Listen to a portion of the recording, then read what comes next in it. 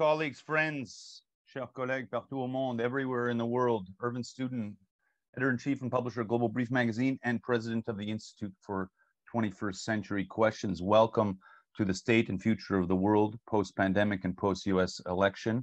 We have a long 2 days ahead of us. We have some of the greatest speakers in the world, greatest experts, greatest thinkers and practitioners. And I will introduce our opening panel on global geopolitics in a moment. But first, a few housekeeping notes for speakers around the world. First, the Institute for 21st Century Questions was founded in 2014 by myself and Sam Sasan-Shomanesh, who is with us on the other side of the pond in The Hague right now, another Canadian leader. And it was founded to answer global problems in a very pragmatic way, and also to analyze and to quietly bring parties and groups and warring factions together to solve problems on the ground, not to just talk about it. So we're a vision and strategy tank. We're also a do tank, and we're a think tank.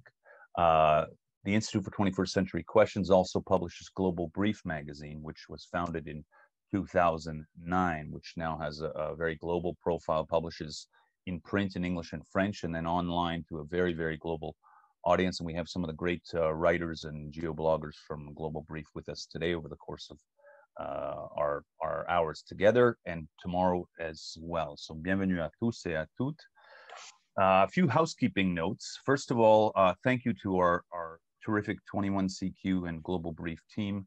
They join us from all around the world, from The Hague, as I mentioned, from Ottawa, from Montreal, and other parts as well. I don't even know where all of them are.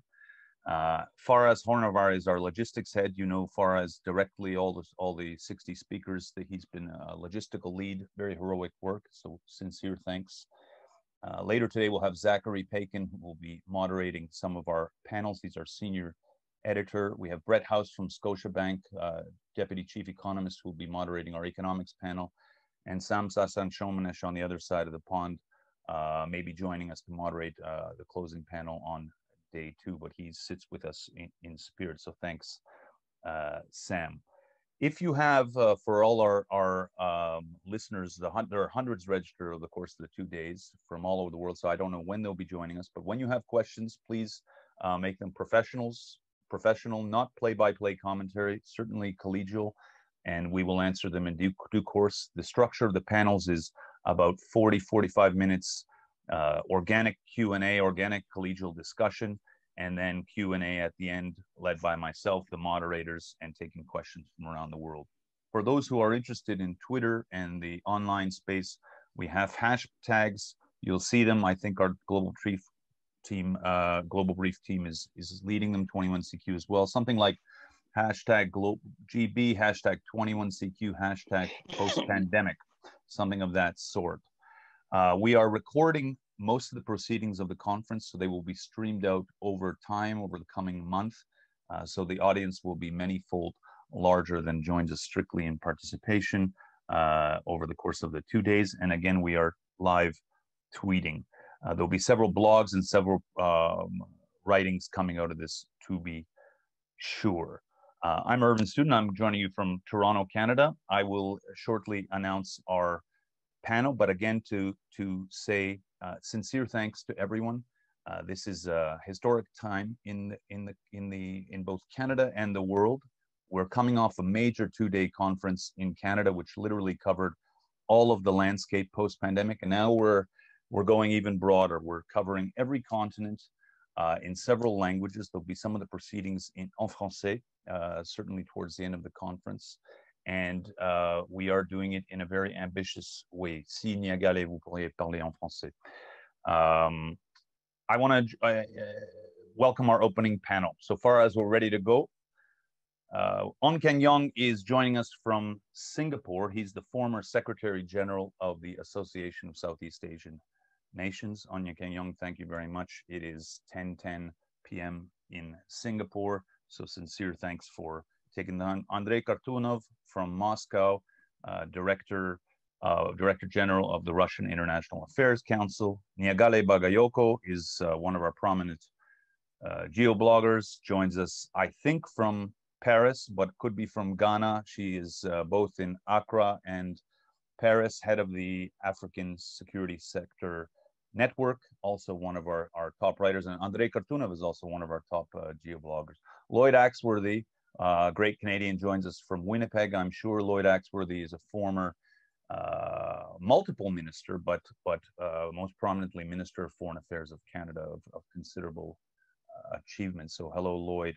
And Johnny McLaughlin is a longtime friend of Global Brief, wrote for issue 1 in 2009, and will be back, I'm sure, in the next issue, right? John joins us from Washington, D.C., former acting director of the CIA in Washington. So everyone, put your thinking caps on. This is for a very global audience. Just some rules of the game, very much in the 21CQ and Global Brief tradition. Strictly analytical, strictly pragmatic. We are to the point, recommendations welcome, analytical frameworks welcome. We're not in any logical frame, and we're trying to analyze the world at this historical point. And I will start with our colleague in Asia, Ong Keng Yong. How has the pandemic been in East Asia? And where do things sit now in the thinking of some of the leading East Asian, Southeast Asian nations as you pivot out of the pandemic? And I'd ask everyone to put on mute if you're not speaking. Please put on mute, Niagalé and colleagues. Well, number one, the COVID-19 pandemic is hitting several of our countries in Southeast Asia quite badly.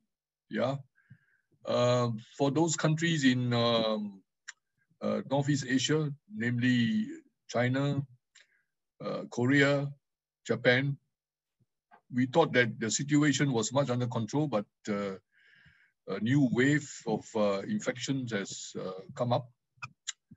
In South Asia, the situation is still very threatening. Overall, the pandemic has brought about severe disruption to our economy and our society. And many of us are still trying to grapple with how to get out of it. For now, I think the focus is on how do we obtain the necessary vaccine, if those vaccines come onto the market. And then we have to decide how do we vaccinate our population. Yeah, across the region, there are different ideas. In the meantime, in Southeast Asia, where I am located, the regional organization called ASEAN, Association of Southeast Asian Nations, they just finished their annual summit of leaders, which actually is a big deal because not only the 10 members of the ASEAN organization met, but they also brought leaders from other big countries around Asia, as well as from Europe and the US. Right now, the talk is all about how do we normalize some of the important sector, particularly for travel and tourism. This is proving to be difficult. For example, in Singapore, we thought we have a very good air bubble arrangement set up between Singapore and Hong Kong, two very major travel points in our region. But then there was an upsurge in infection in Hong Kong. So the air bubble arrangement has been deferred for another 2 weeks. We are keeping our finger crossed whether this coming 2 weeks will stabilize the situation. We are also trying to work our way into Australia and New Zealand. You know, they have managed to control the infection over there. Hopefully, in the coming weeks, we will be able to get a better idea of how the respective countries are coping with any new cases, or hopefully not too much of a spike in infection. So overall, we are trying to control the spread. In some countries, we do it better. In some other countries, we are still struggling. But the economy is, to our surprise, in some part of our region, the economy have been doing okay because people are buying the products that we are producing as part of the global supply chain. So the third quarter results, economic growth may not be as bad as forecast earlier. But for now, no one can be certain where all this economic progress will be heading. I can't hear you, Irvin. Very quick question, and then we'll move to Andrey in Moscow. Which countries in East Asia have been are pivoting out fastest to normalization, quote unquote, and which ones least well? Very quickly. I think China is doing okay. Yeah, Indonesia is worrying, and we are not sure about the situation in Japan and Korea, because we thought they had it under control, but it is now upset. The upset has come. Philippines is still struggling. So overall, I think the best news is that China is able to contain the spread. And the forecast for us is that China will grow sooner than later, and this will have good impact on all of economy in the region. Right. Let's turn. Thank you. We'll turn back to you very soon, Andrey in Moskva. Здравствуйте. How is the pandemic situation in Russia and in some of the surrounding countries, and what is the thinking about pivoting into a post-pandemic posture for the country? Well, thank you, Irvin, for inviting me. I think that I should probably start with a couple of caveats.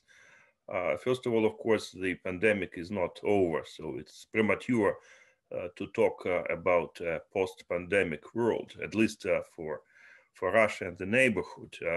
And definitely the second wave turned out to be harder in Russia and in the vicinity than the first wave. If you take Russia in particular, we reached about 27,000 infected a day. And definitely these are record numbers, much higher than what we saw in spring or in summer. Other countries are also hit quite severely. We see a rapid growth of infection in Ukraine. And even those countries that survived the first wave relatively well, like Georgia, for example, are now exposed to much higher levels of infected, and the statistics is not very encouraging. The vaccine is supposed to be just around the corner, but in Russia, they argue that they will get to mass vaccination only next year, maybe early next year, January, February, but definitely we have not reached a plateau. So it is premature to talk about what will happen after it is over, because it's not yet over. Second, if you take Russia and other places in the region, of course, we should talk about a more complex crisis. It's not just the pandemic, but of course, these countries suffered a lot from the global recession. Emerging economies are usually more vulnerable to recession than mature economies, and this is just the case. Second, if you take Russia,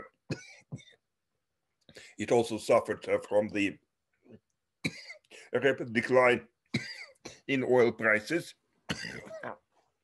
and we are not yet back to the pre-crisis level. And also, of course, this year was a year of a lot of turmoils around Russia. This year started with a Russian-Turkish confrontation in Idlib.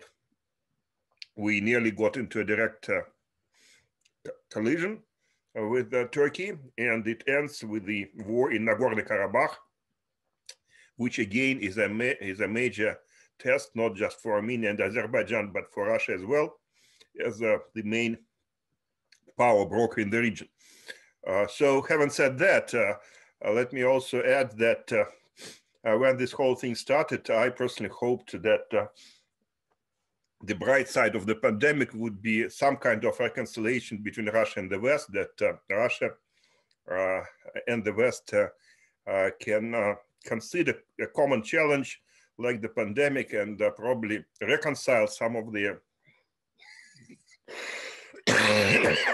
relations, overcome some of the disputes. Unfortunately, that has not happened, especially in fall.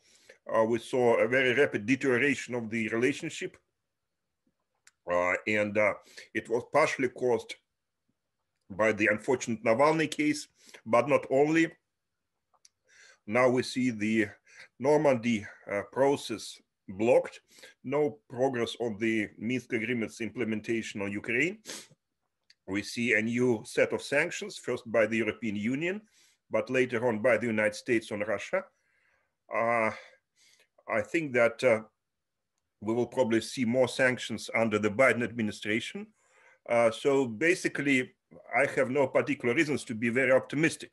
Still, I do hope that the pandemic will not be wasted as a lesson, and that Russia will come out of this crisis a little bit more mature than it entered the crisis. And I do hope that we will see some, at least mini detente between Russia and its Western partners next year. Andrey, very quickly before we turn to Niagalé, in 1 minute, can you tell us, speak to the second part of our thematic for the conference, Russia's thinking, reaction, calculations vis-a-vis the results of the U.S. elections and the vision for the next couple of years. In a minute, and we pass to Niagalé, please. I think that it's a mixed bag. There might be some positive change in terms of arms control, or maybe in terms of the United States getting back to JCPOA and taking a more balanced position on the Middle East region in general. However, we will see a much harder rhetoric coming from the White House. We're likely to see more sanctions. We're likely to see more support for Ukraine, and definitely no nice words about Mr. Putin. Ok, spasibo Andrey. Niagalé, on passe à vous-même. Bonjour, merci d'être des nôtres. Comment vous voyez la situation intra-pandémie et post-pandémie pour l'Afrique et surtout pour l'Afrique de l'Ouest? Parfait, bonjour, merci beaucoup. Je peux m'exprimer en anglais aussi, hein, mais je trouve que c'est toujours bien de promouvoir un peu la langue française. Donc, pour ce qui est de la pandémie en Afrique, ce qui est intéressant, c'est qu'il y a une traduction, pardon? Non, pas de traduction. On y va. What is interesting for Africa is that whilst all the pronostics were very, very alarmist for the continent, in fact, the worst has not happened. Just after the lockdown in Europe and in Asia, even in the United States or in America more broadly, there has been a call from the United Nations General Secretary for all the world to be very cautious about what could happen in Africa. And because all vision were planning Africa to have millions of deaths due to COVID-19. And there have been a lot of calls for solidarity with Africa, and also for bringing a lot of assistance. We also seen very important international NGOs asking and trying to raise funds just to plan the assistance to Africa because of those very pessimistic prognostics. But in fact, not strangely, because there are some explanations, as I will try to demonstrate, there has been only a few amount of deaths on the African continent. I think that today the global amount for all the continent is quite similar to the number of deaths in France itself. So I think it is a rather telling figure. It might have changed in the last 2 weeks, but it is more because it changed. What is important also to know in Africa is that there are not as many health capacities, of course, as elsewhere in the world, but if there were dozens or thousands or millions of deaths, of course, this would be noticeable, and that's not what is happening. So what are the explanations for such a good surprise, if I can say, if I can dare say? In fact, first, African governments this time have been very proactive. They have closed their frontier very early. They have taken emergency measures very early as well, in March. Also, we can see that the African continent, is used with dealing with pandemics, and I think there might be something also to learn from this continent today, because you know there has been Ebola virus or also malaria, and people, in fact, are more or less used with protective measures. So this is one of the explanations. The number of youth, the importance of youth on the continent itself is also another explanation, because it might be also that a lot of people have in fact contracted the disease, but as young people usually are not fragilized by it, it can also be an explanation. But whatever the reason, it is important, I think, to understand why the continent has not been as touched as the other parts of the world itself. So now I will switch to French, because I think it's also important to speak French. Niagalé, rapidement de ma part. Quels pays sont sortis plus rapidement vers la normalisation que d'autres en Afrique? Je ne sais pas si on peut parler de normalisation. Aujourd'hui, je ne pense pas que quelques pays du monde puissent considérer qu'il est sorti de la pandémie. Oui. Comme le disait notre collègue, nous ne sommes pas dans le monde post-Covid, nous sommes dans le monde Covid. Il y a eu certains pays qui ont été plus touchés que d'autres.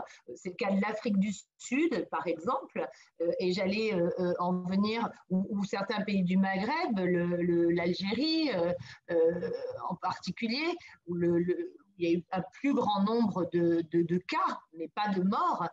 Mais une des explications aussi est la plus faible interaction du continent avec le reste du monde. Il y a moins de voyages vers l'Afrique, il y a moins de trafic.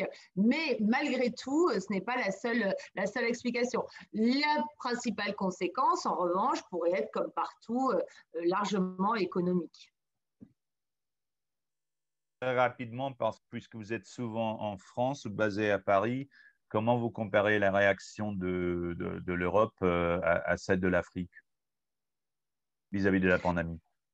Je pense qu'il y aura des choses très intéressantes à apprendre. Je pense que, comme je l'ai dit, l'Afrique était en fait et en réalité mieux préparée sans doute à faire face à la maladie de grande ampleur, puisqu'il y a déjà eu de manière récurrente des problèmes de santé publique.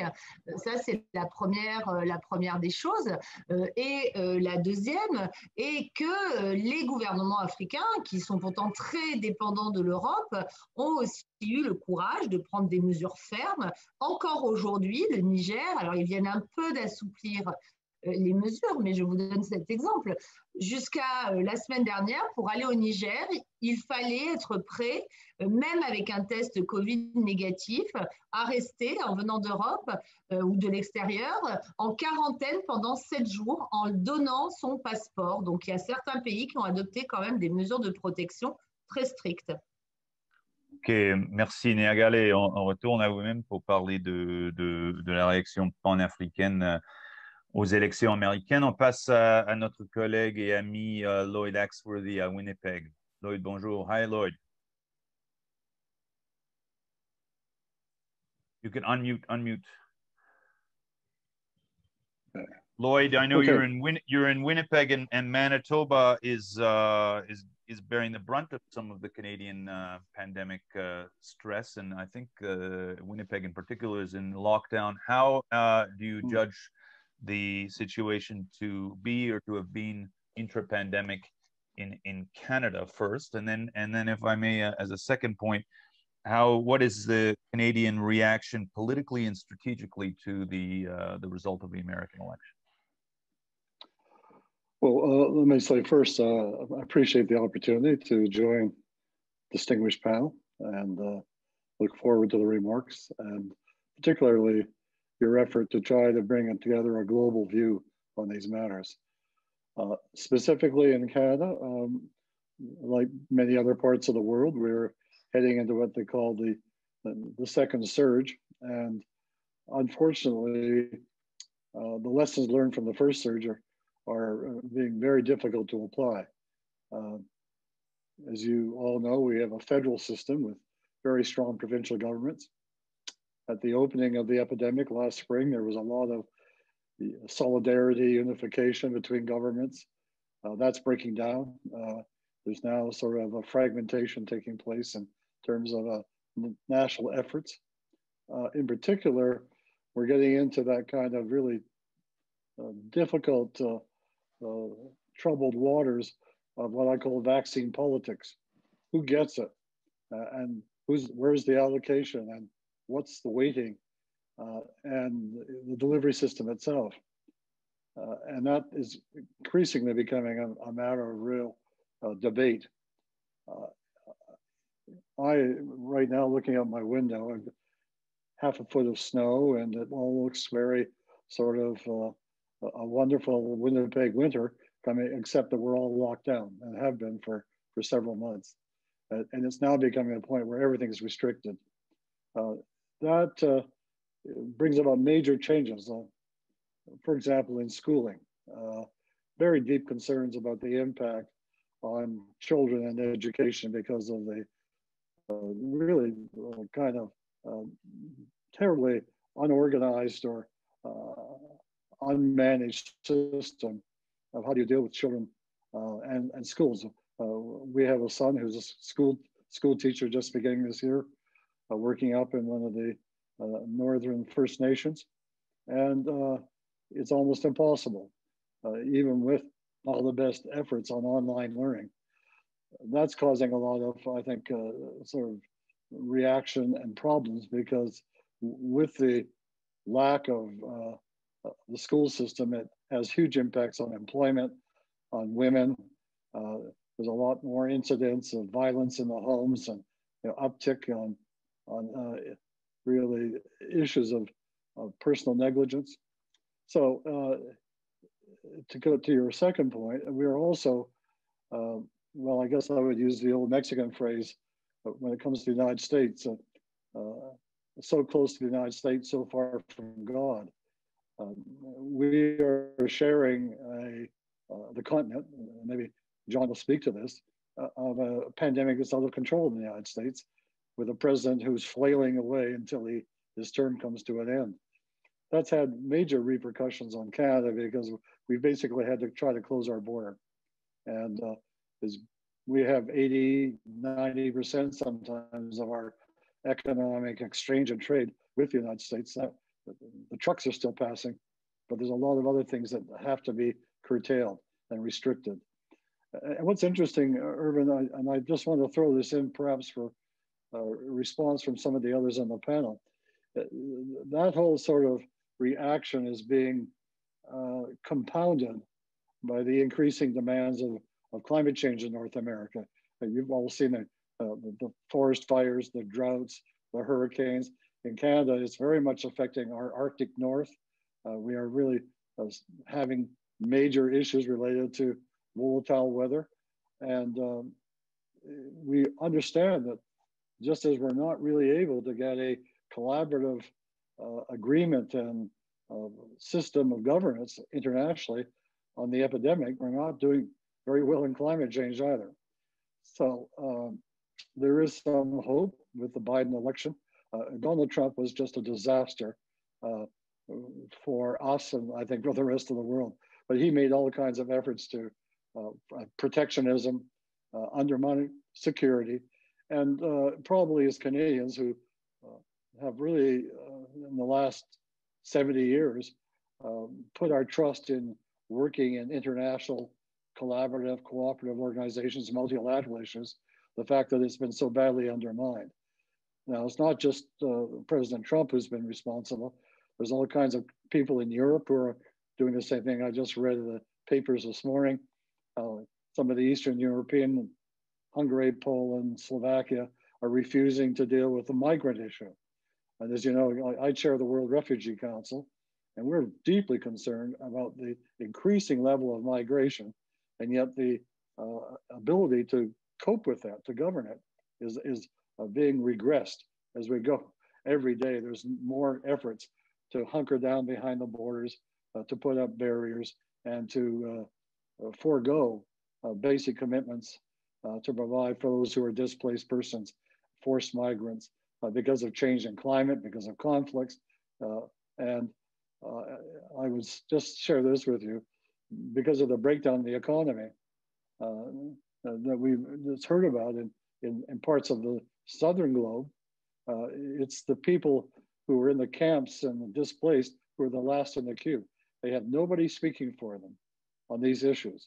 This is becoming a kind of almost a reenactment of the Westphalia system of every country for itself.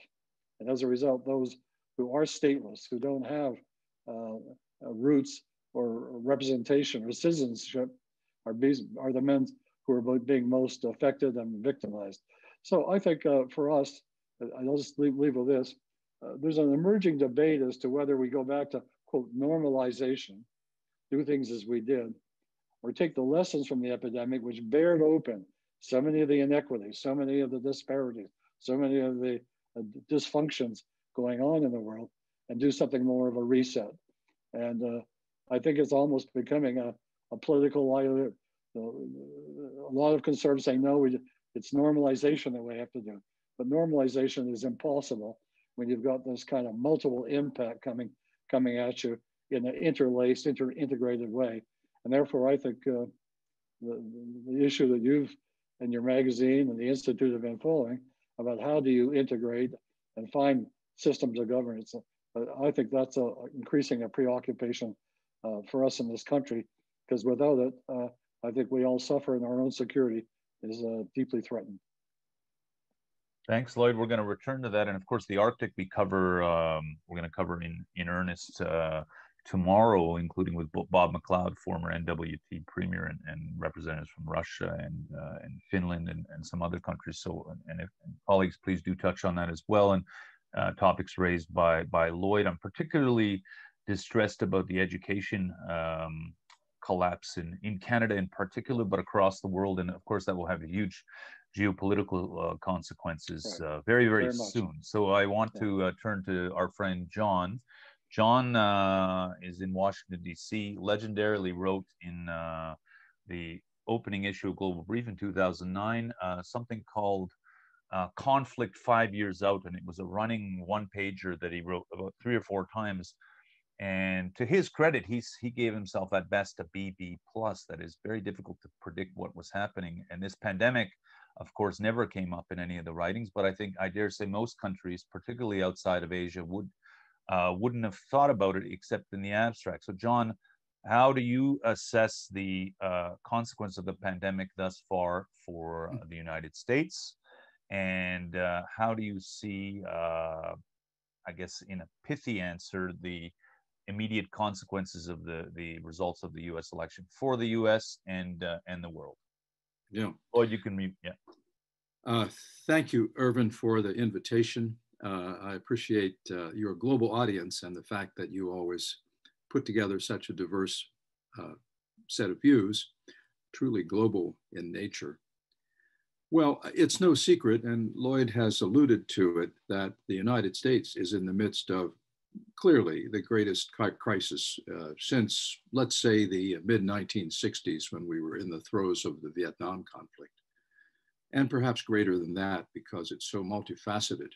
On the pandemic front, the United States has just had really at this moment the highest death rate and infection rate that we've had in 6 months.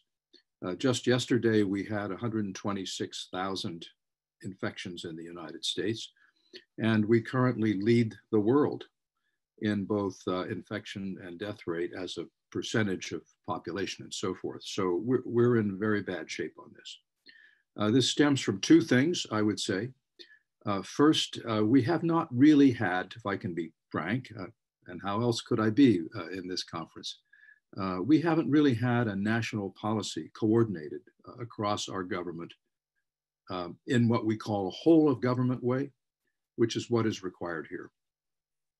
And second, candidly, again, we've had a president who has not essentially affirmed the recommendations of scientists on how to deal with this pandemic, with his dismissive attitude toward things like mask wearing, which almost remarkably has become a political issue in the United States that one experiences more or less on a daily basis if you move about. And so, well, I won't comment on the economy, which is mixed at this point, but for many Americans, the support of the government that has been enacted by our legislature runs out at the end of the month, and there is at present no clear repair in sight for that legislation, or renewal, I should say. So that is roughly the situation, not good at all. Now, the election promises to change a great deal of this. One could not draw a starker contrast between two leaders than between President Trump and President-elect Biden. And looking at his initial appointments in the national security realm, once again, the contrast could not be starker. And looking ahead beyond the pandemic to the effect of the election, first, let's say clearly that President Biden, when he is president after January 20, will have a very tough struggle ahead. He has a lot of damage to repair, both at home and in the world. And when I think about the effect of his elections on our national security, which I think is the focus you are most interested in, I really have to start domestically, because I see always a close connection between the health and efficiency and functioning of your home front, if you will, your decision-making capacity, your governance. Very clear connection between that and the effectiveness of your national security or foreign policy. So he has first to start at home, and he clearly has embarked on this by in some way limiting, not muting, but limiting the sharp divisions in our country right now. We are a divided country, as the election clearly showed, and harshly divided in ways that I have not seen since I'd have to go back to 1968 again, and I can't now. But he has to find a way to build bridges across these divides, and that is probably his first task domestically, and he's embarked on that. And already people are, objecting to some people objecting to, from both the right and the left, objecting to his centrist approach toward this, but he's on the right track, I believe. Now, internationally, I think in a pithy way, I would say, and you may want to dig in on some of these points, but I would say what you're going to see here is a sharp reversal of America First, which was the Trump policy. You will see from President-elect Biden a return to multilateral forums and to multilateral diplomacy. And this will be manifest initially, as he's made clear, this is no secret, he's made clear he will rejoin the Paris Climate Accord. He will rejoin the World Health Organization. I think rejoining or invigorating or reestablishing the Iran nuclear agreement will be an entirely different matter, because that's going to be a difficult thing if it can be done at all. He faces an uphill struggle in Asia, I think, because by pulling out of the Trans-Pacific Partnership, President Trump essentially ceded the field to China in Asia, which has now, I think, embraced the idea of the Regional Comprehensive Economic Partnership, which includes 1/3 of humanity. So even though President Biden may wish to rejoin a trade compact of some sort in Asia, the other 11 members of the Trans-Pacific Partnership have gone about forming their own agreement, and we will have our nose pressed against the glass for a while until he figures out what his trade policy is going to be. Once you get past that broad idea, and I think the broader idea embedded in that is that he has to remove what I call global confusion and over where the United States stands and whether it intends to be a leader again. It won't be a leader in the sense that it has been, say, during the Cold War. I think the view that has taken hold rightly in the Biden team as it forms up is that our force multiplier in this very new competitive playing field in the world is going to be alliances and coalitions. You know, the United States can't do much by itself. On the other hand, coalitions of countries can't do a whole lot without the United States. So I think that's the posture I would see this government going into. On specific issues, the one Lloyd mentioned is, I'm sure, at the top of Biden's agenda, and that is climate change. The 2018 UN study made clear that we have about 12 years before we pass the point of no return, potentially, on the rise of global temperatures. And that idea is very strongly alive in the Biden camp, and I'm sure he wants to act on that vigorously. When you get past that, I could list the usual hotspots that we talk about around the world, but I won't. What I would say is that my own calculus, what I would recommend to them is think about the things that can harm the lives of Americans and the lives and physical security of us and our allies. And that does take you to climate change, but it also takes you to arms control. To pick up on Andrey's point, that I think is something we must get back into, because the New START agreement signed in 2011 is set to expire about 3 weeks after President Biden takes office. And if that were to expire, we would be, for the first time in the world since the 1960s, without some forum for negotiating the reduction of nuclear weapons between the United States and Russia, the two major holders of those weapons. And that can be easily extended as a kind of palliative, if you will, or a time buying device with a couple of signatures. I don't know whether that'll happen, but my recommendation is focus on that early, because these weapons are dangerous, and the whole regime of nuclear nonproliferation is at risk if the United States and Russia stall, I believe. And when you get past those things, I should really stop there, because except to say this, one other point, and then I will stop. When you look at all of the issues the United States faces in the world and that Biden will have to shape policies on, of course, China rises to the top of that. That's not to diminish the role of the Middle East or Russia or any of the other things that will be on the docket, but China, by virtue of the fact that we buy $500 billion a year in Chinese goods and we sell them about $400 billion a year, this economic relationship affects the whole world. And the debate underway in Washington now, I think, is between those who see different emphases in that policy. And my own personal view is a policy on China can combine simultaneously elements of competition, occasional confrontation, because that just will occur, and also elements of partnership.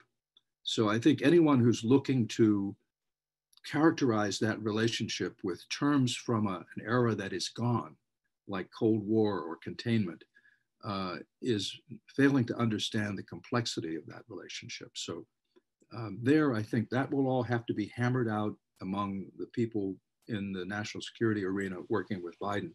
But they're fully aware and quite sophisticated on this problem. So I think we will have a more nuanced and flexible, intelligent policy toward China, while not walking away from the fact that one occasionally must deter. John, I'm going to leave you. I think you by way you hit all the notes that I was going to touch on by way of rejoinder, especially the posture on China. So we'll return to China in a second, but we'll go right to Asia. And Ong, I want you to tell us what the calculations are in Beijing and other intellectual and economic and obviously political centers of power in China as it tries to pivot out of the pandemic first, and secondly, in reaction to the Biden win in the United States.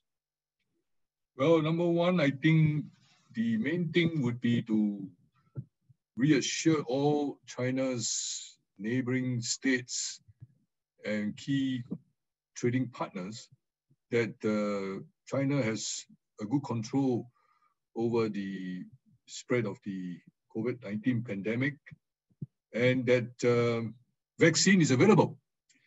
In the most recent ASEAN summit with the Chinese just a few days ago, the Chinese side had reassured the ASEAN 10 countries that there will be substantial cooperation to help the ASEAN countries obtain the vaccine needed to deal with the coronavirus. So far, I think the Chinese economy is getting back into some good shape. I think they are trying to impress upon the ASEAN countries as well as Korea, Japan, and the countries in South Asia that the Chinese program, especially with their big economic growth plans, the infrastructure development projects will all be back on stream, although the financial packaging might be affected due to the slowdown in China. I think they have two big concerns at this moment: what to do with Hong Kong and what to do with Taiwan. Those two things are troubling them because I think the leadership in Beijing has put these two cases in a manner that if they are not seen to be doing something adhering to the Chinese core interests, as they describe it, then I think leadership position will be affected. So they are trying their best. The temperature has come down a little bit vis-a-vis Taiwan because a proposed visit by a big guy from United States has been postponed. What happened during Biden's administration is still too early to tell. But I believe that the Chinese leadership has put their position on Hong Kong and Taiwan in such a manner that they now just have to maintain that kind of very hardline position. In the South China Sea, Irvin, the discussion in the last few days at the ASEAN leadership level with the Chinese seemed quite muted. I think perhaps because there are too many things on the stove of the Chinese leadership, but they have basically reiterated strongly their position about the claims in the South China Sea. Yeah. So since this particular summit meeting was conducted over the digital platform, there wasn't a chance for very prolonged debate, and the impression coming across was that it was slightly more muted than previously. But I do not think they have slackened in their position vis-a-vis the other competing claims in the South China Sea. Bottom line is that I think they're waiting to see how they can interact with the Biden administration and to see how the other countries in our region, particularly the big countries like Japan and India, how would they work with the Biden administration? And then they maybe take dressing from there. But if there is a message from China, it is that they are coming to grip with the coronavirus situation, and they want to resume their activities across Southeast Asia, Northeast Asia, and South Asia as quickly as possible.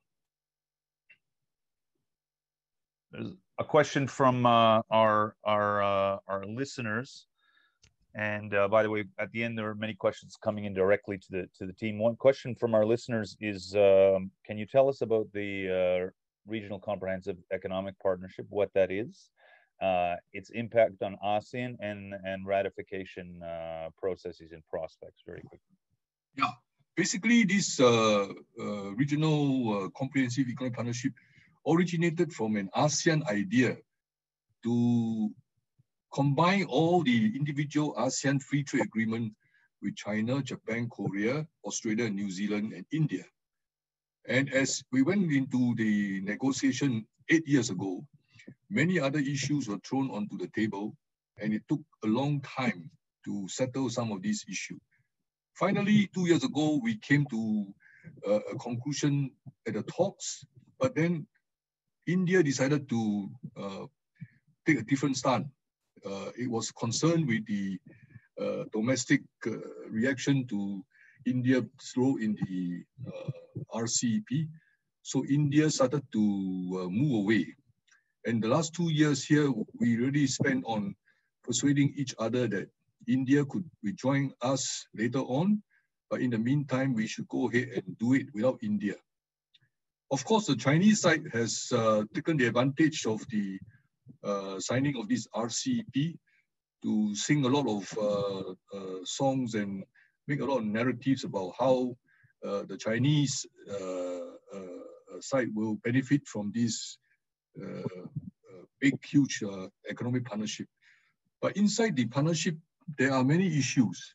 Apart from trade, removing obstacles from trade, we basically address the flow of investments, give it more attention with regard to financial and capital movements, and of course, government procurement, as well as what we in our region call the services sector.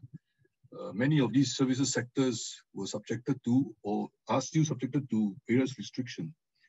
So the idea is that we hope that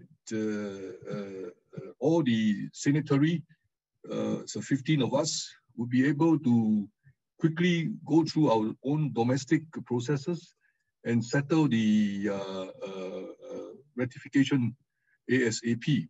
We still need to know a bit more about that exercise.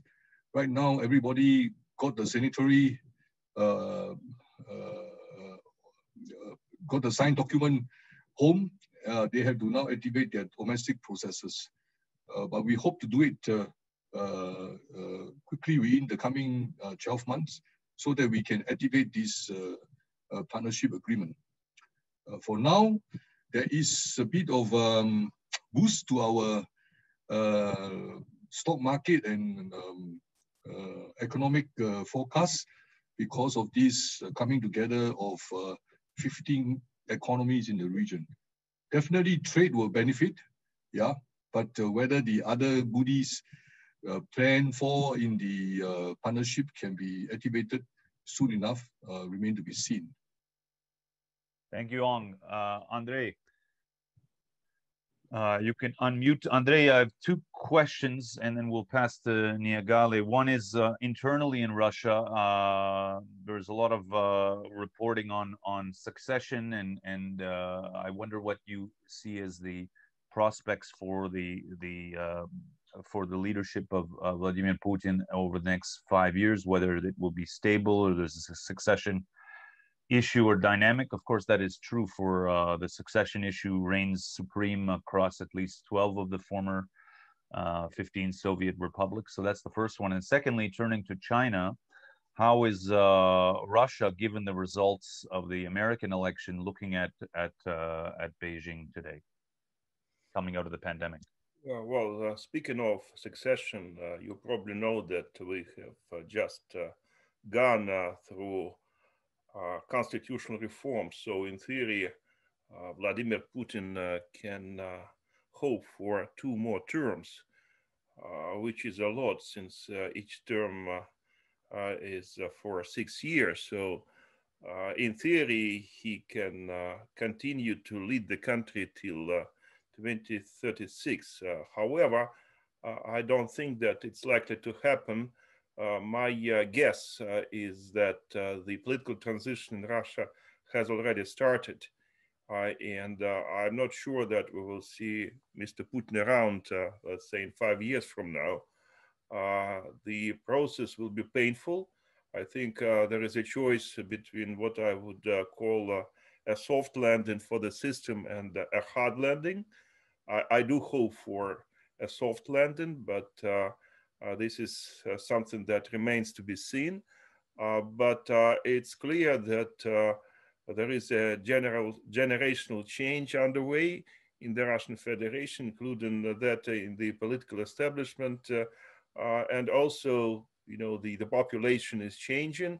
I think we are gradually getting out of this post-Soviet state of affairs, which of course implies very serious changes in how the country is managed and what foreign policy the country conducts. Speaking of China, I think a lot will depend on what President Biden is likely to do vis-a-vis Moscow and Beijing, because if he were to play the old game of Henry Kissinger, he should try to somehow accommodate Moscow and to focus on a stronger link in this chain, focus on competition, if not confrontation, with China. I think that it will not happen. And basically, Biden has already mentioned that China might be the major peer competitor of the United States, but Russia remains the most immediate challenge, if not a direct foe for the United States. So you can imagine that Biden can do Kissinger in reverse. He can try to cut a deal, at least a kind of trade deal or truce with Beijing, and to focus on pushing Mr. Putin and his team into the corner. I think that definitely many developments in Washington indicate that that might be his tactics, if not strategy. However, I don't think that it's likely to happen. I think that for a variety of reasons, the United States is likely to pursue the policy of quote unquote dual containment, which is targeted against both Russia and China, some nuances between the two notwithstanding. I think that it means that the Russian-Chinese partnership is very likely to get even stronger than it is right now. There are some wrinkles in this relationship that has to be ironed. I think that definitely interests of Russia and China are not identical, but if the United States keeps pushing both sides, and if the United States is trying to put together a transatlantic alliance against both China and Russia, that would be a major incentive for the two countries to stick together. Andrey, thank you. Just quickly, within 1 minute each, and then we'll turn to Niagalé for African reactions to the Biden outcome. Andrey, can you tell our fellow panelists and our global audience what happened in Nagorno-Karabakh? Why did the war break out, and where do things stand now? A 1 minute explanation, if you can. And secondly, What's the situation in Belarus now and in the next year as you see it? Well, on Nagorno-Karabakh, I think that the major new factor which made a lot of difference is the Turkish engagement. And whether it was direct or indirect, whether it was really physical or more political engagement, there is no clarity about that, but definitely Turkey was actively involved and it will continue to be involved. For Russia, I think it is a tactical victory because Russia turned out to be the major power broker and it was the only country which was in a position to stop the bloodshed. So Putin can claim a diplomatic victory. However, there are strategic challenges ahead. And one of them is what I have already mentioned. It's that Turkey now has its foot in the Caucasian doorway, and its ambitions might go beyond Azerbaijan. It might try to enhance its impact on developments in Central Asia, across the Caspian Sea, or in Northern Caucasus. So that is the first challenge. The second challenge is that definitely, though Russia rescued Armenia, it didn't rescue Armenia on the terms that many in Yerevan hoped for. So I can imagine growing anti-Russian sentiments within the Republic of Armenia and collateral damage to bilateral relations. And finally, I think probably the most important thing is that this conflict, this escalation set a very bad precedent. It showed that diplomacy does not always work, and sometimes brutal military force is a much more efficient means to resolve such complex problems as we see in Nagorno-Karabakh. That might change the calculus of various conflict sides in many frozen conflicts in the post-Soviet space, and that might lead to a chain of escalations. So that is my take on Nagorno-Karabakh.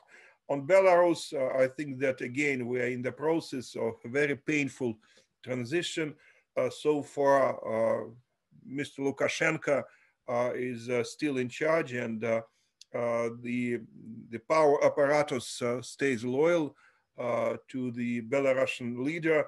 However, it's clear that he lost the country, that he will be a lame duck. So right now, what can be discussed is only the terms, the modalities of the political transition.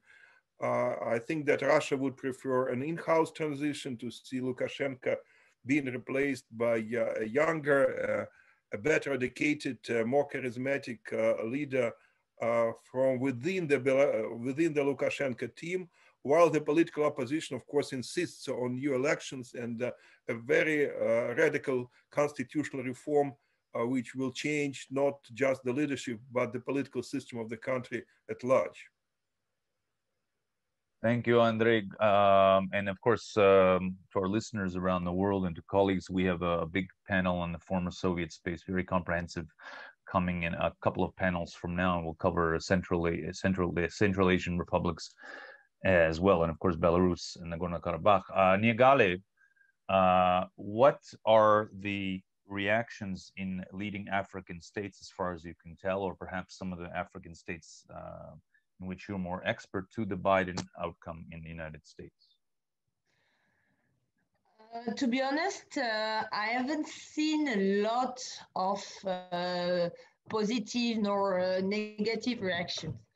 Of course, there has been congratulations to Biden, etc., but I haven't seen any particular enthusiasm on the African continent. And I think that the reason why we cannot see any kind of happiness, it is because, in fact, the American foreign policy to the African continent has not been changing in any significant way in the last 20 or 25 years, in fact. As you know, Africa has always been more or less considered as a benign neglect. even if we can consider that under Democrat administrations, there is some more interest which is shown. I cannot see a major difference in the trends towards the African continent. That's true that President Trump did not even visit Africa, because usually there is at least one African tour which was not done by President Trump.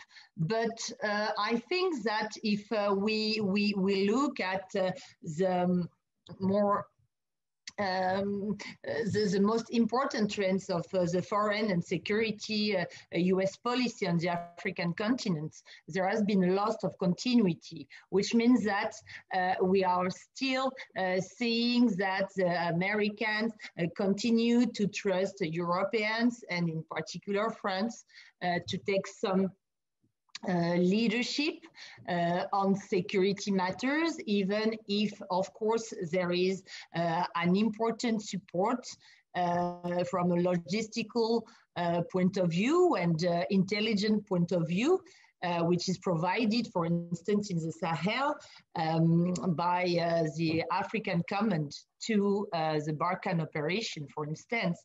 There have also been rumors at the beginning of 2020 that the US military presence could be cut down. But I always thought that those were only rumors and that nothing would change. And in fact, that's exactly what happened. That's true that the Ministry of Foreign Affairs, the French Ministry of Foreign Affairs, the Defense Ministry have made a lot of visits or had a lot of discussions to make sure that the American would not leave the continent, but it not happened, and I don't think it will happen. I don't think neither that the kind of presence will dramatically change under Biden. Of course, there might be some more multilateralism, which can be good news for Africa in a sense, but I don't think that African security or political affairs will become a priority under the Biden administration. Niagalé, we only have colleagues 17 more minutes, so we'll ask to be pithy, and I'll turn to Lloyd in a second. But Niagalé, within 30 seconds, quickly, what are the changing calculations in Paris, in the French government, and in the mind of Macron vis-a-vis Biden now? That's difficult to say. I think there is a lot of relief to have a much more predictable partner now in the US.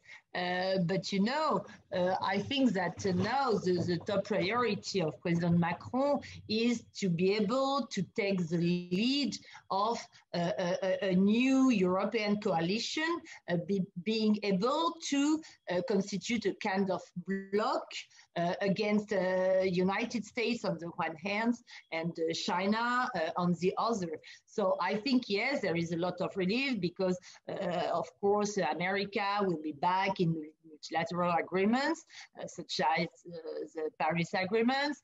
And as I just said, of course, predictability will be something essential. But I'm not sure there are particular plans which are sorts presently.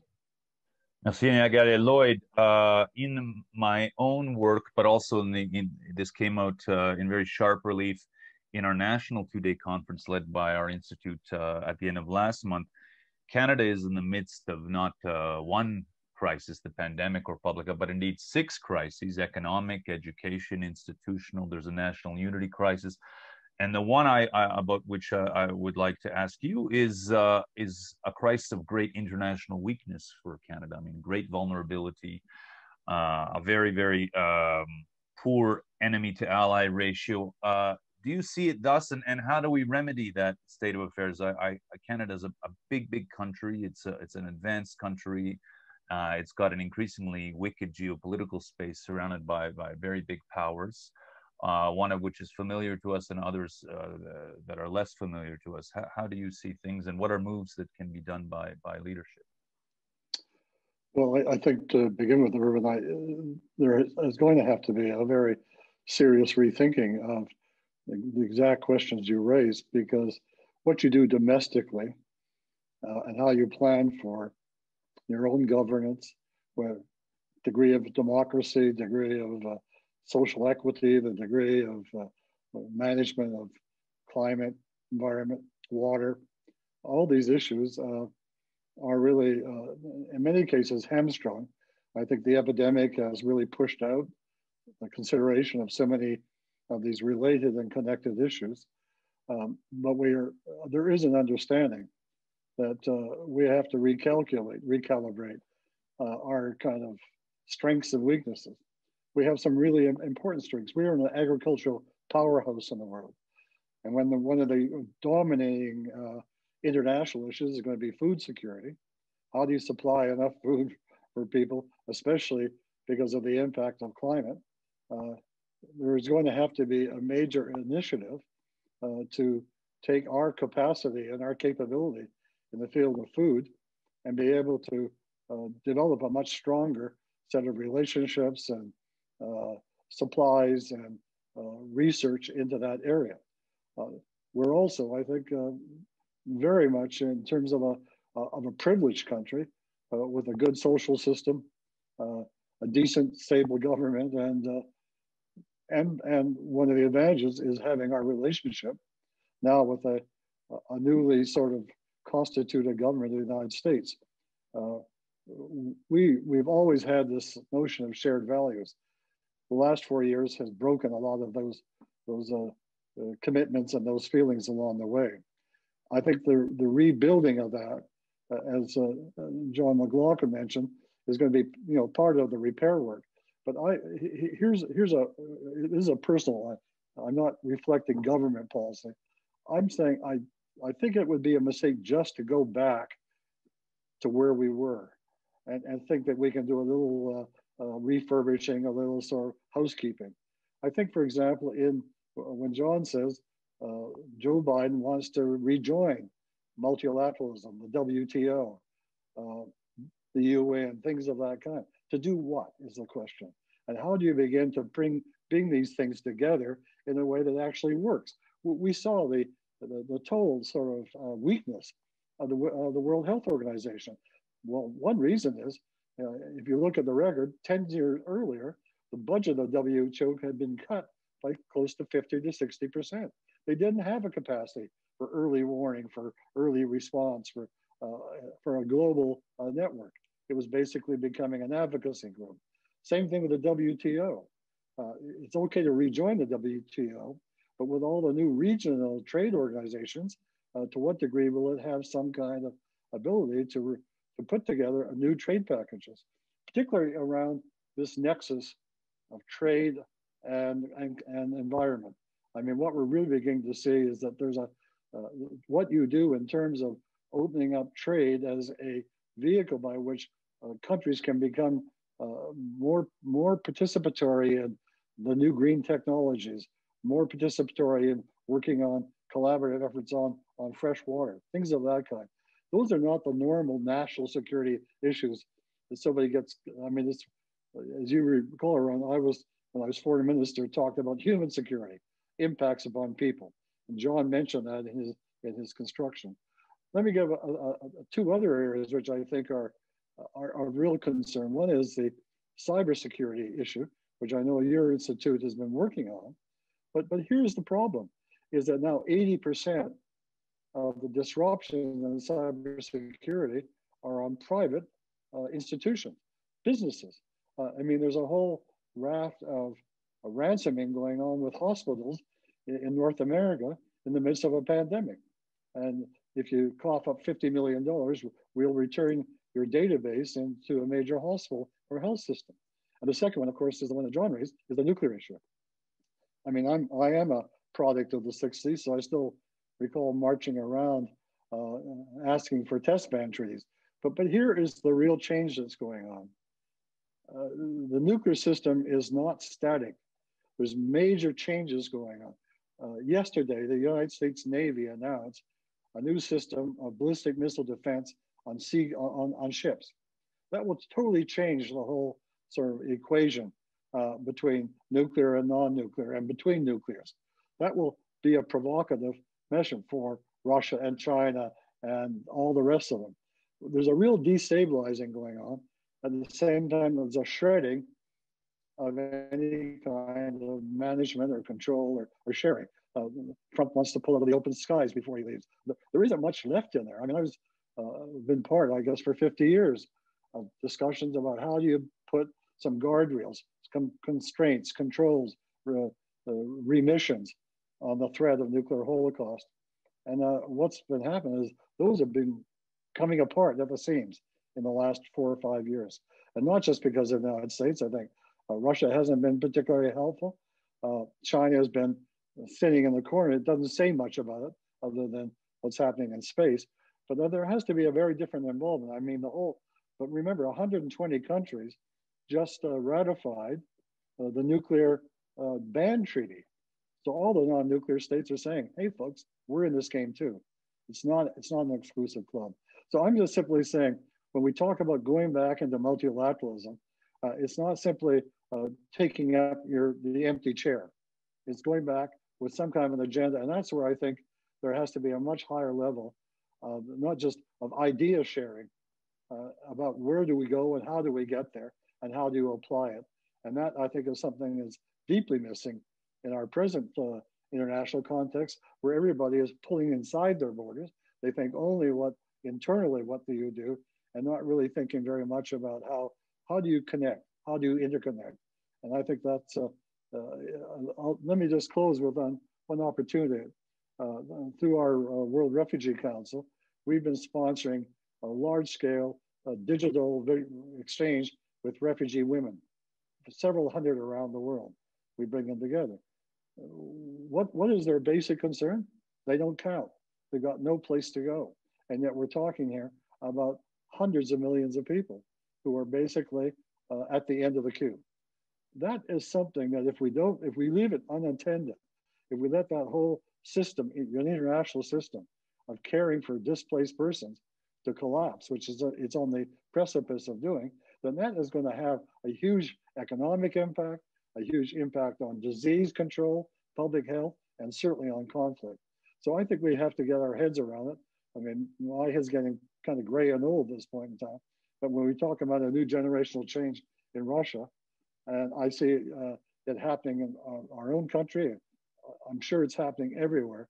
But there's got to be a way of channeling that and bringing it together. And I think this kind of collaborative discussion is a good starting point. So thanks again for the invitation. Thanks, Lloyd, and hello to everyone in Winnipeg. John, a question from our European listeners on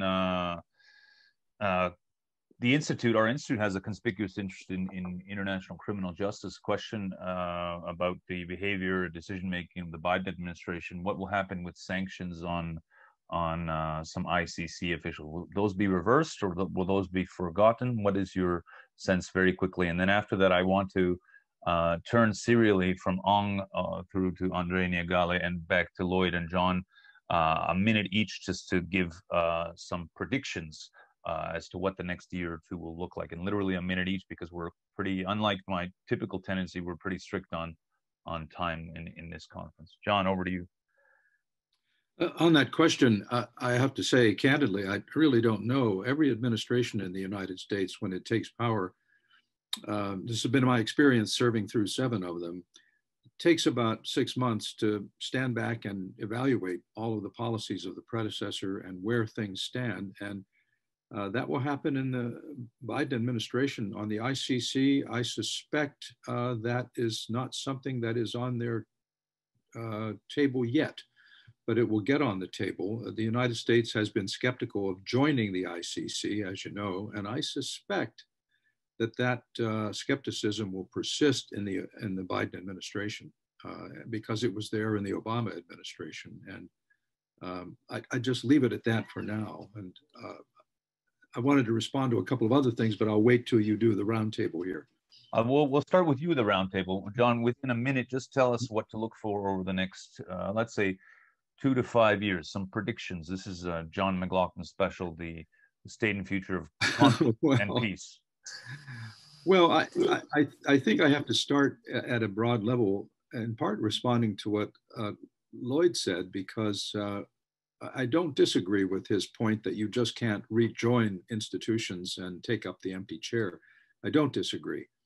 I think we face in the United States, as we contemplate these next 3 to 5 years, a choice between restoration and reinvention. And I think we're going to have to, if we wish to maintain our role in the world, opt for reinvention. We are at a point roughly like our predecessors were in, say, 1947, when most of what we now call the global order was created largely through US leadership. And that global order is now challenged and a bit shop-worn in some respects. And so I think multilateral institutions, for example, over the next 3 to 5 years will evolve into something different than we have now. I mean, the G20 was a response, I think, to the fact that the concept of G7, G8 was no longer working, that the world had become bigger and more diverse. So I would expect that that will happen. The second thing I would look for is a recognition of, again, something that came out in both Niagalé's comments and Lloyd's comments, that there are fundamental things underneath the surface of tactics that have to be dealt with. Call it assistance policy, development policy, whatever you want to call it. I think of my own assessment of terrorism, which is to stop terrorism, you have to do 3 things. You have to destroy the leadership, deny it safe haven, and change the conditions that give rise to it. I think there's going to be a lot more emphasis on changing conditions that give rise to problems. For example, migration. Migration happens because of conditions where things are. And that takes me to really an emphasis on development policy, assistance policy, democracy, supporting efforts, and so forth. I'd say 5 years from now, we will have a more workable relationship with China that will not have resulted in overt conflict.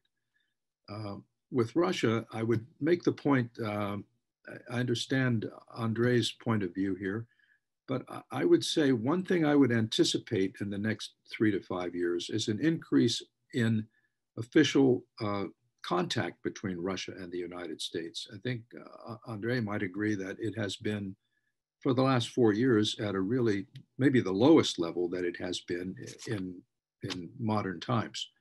So even during the darkest days of the Cold War, we had extensive contact with Russia and negotiations and discussions that led to mutual comprehension, if not to a diminution of hostilities. So I would anticipate that will occur. And I do not think Iran will end up with a nuclear weapon 5 years from now. I think North Korea will still be North Korea. It will not have collapsed, and it will be a nuclear power. And I take a bit of issue with Niagalé. I think there will be a renaissance of interest in Africa in the United States for a whole bunch of reasons. But I think my minute is up. I think I'd stop there. Thanks, John, and that's a good construction for your next piece with Global Brief. We'll be back to you on that. And we didn't mention colleagues India, but I just mentioned for listeners worldwide that India and China have dedicated panels, obviously on day 2, and then we have a featured interview with Bilahari Kausikan, also of Singaporean fame. Andrei, 30 seconds on the next. On what's to come in the next 2 to 5 years. 30 seconds, Andrei, 30 seconds, Niagalé, 30 seconds, Ong, and then close with Lloyd. 30 seconds, I'm gonna be strict. Well, let me say that I think that we failed the first test of globalization, and it will be an uphill battle for most of next 5 years, but I hope that within the next 5 years, we, speaking broadly of the humankind, can come with a new model of globalization, which will be more socially focused rather than financially targeted. Thank you very much, Niagalé.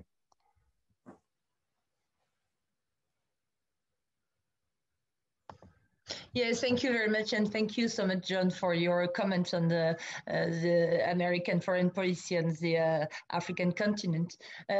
Yes, I can agree with you in some extent, because I think but the problem on the African continent is that the increase in the interest will be focused on external powers. In fact, one of the big questions for America is how not to see China to become too powerful on the African continent.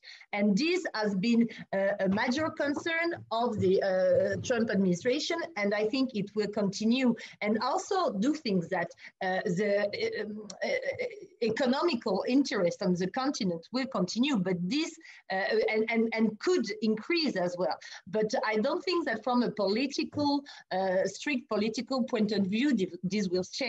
And as regards terrorism, which is a major concern of the continent, I can tell you that the Trump administration in Afghanistan is making a lot of emule, as we said, is inspiring a lot of approaches today. The French are absolutely opposing this option to retreat and to have an agreement, but in Africa and also in multilateral organizations, the African Union, but as well in the United Nations, the negotiation option with some groups labeled as terrorists is also growingly considered. So paradoxically, the Trump administration policy towards fighting terrorism is a kind of inspiration for some actors on the African continent, not for the French for sure, but for a lot of actors, of African actors as well. So I think it is also important to consider the views of Africans themselves. Merci, Niagalé. Ong, 30 seconds, then Lloyd, 30 seconds. The next 2 to 5 years, prospects, predictions. Well, I think the Biden administration will be very busy with domestic concerns and some of the big issues on the global stage.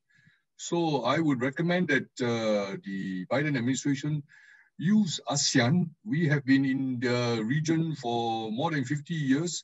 And we have been promoting our links with the Chinese, the Indians, the Japanese, the Australians, all over. If the US authorities are busy with domestic issue, work with the ASEAN countries, ASEAN as an organization, to deal with the kind of American interests which have to be which have to be addressed. We talked about just now, RCEP is really there on the road. And hopefully we will be able to find a way to get United States back to the Trans-Pacific Trade Arrangement, which we now call CPTPP. Thank you, Ong, and go to bed right after this. Lloyd, 20, 30 seconds, and then send us off to the next panel. Okay, in the next 5 years, I think I will see a whole different leadership and governance internationally based on network systems that will pull together not just nation states and governments, but civil society, private sector, international institutions. And there will be a much more flexibility to be able to manage the kind of existential issues that we've been talking about the last hour or so. So I think that part of that reinvention is to rethink getting away from more strict institutional base to one that has a lot more fluidity to it. And part of that is going to be a much larger level of involvement, participation, engagement of people themselves. The new digital connectivity world we're in now opens up an R2 for a much larger level of international democratic participation. And it doesn't matter whether the governments are democratic or not, people will be involved. And you're already seeing those networks emerge. And I think in the next 5 years, it's going to be one of the most important and exciting and eventful kinds of developments that may get us back on track in terms of making sure that humanity isn't falling over the precipice. Thank you. Colleagues, friends, on behalf of the Institute for 21st Century Questions, all our team around the world and Global Brief Magazine and listeners around the world that will be listening to this continuously over the next month, applause and sincere thanks. Ong is off to bed. The rest of you are welcome to stay as you wish for future panels and tomorrow as well. And sincere thanks again for sharing your views. Here's to further collaboration. Have a good day.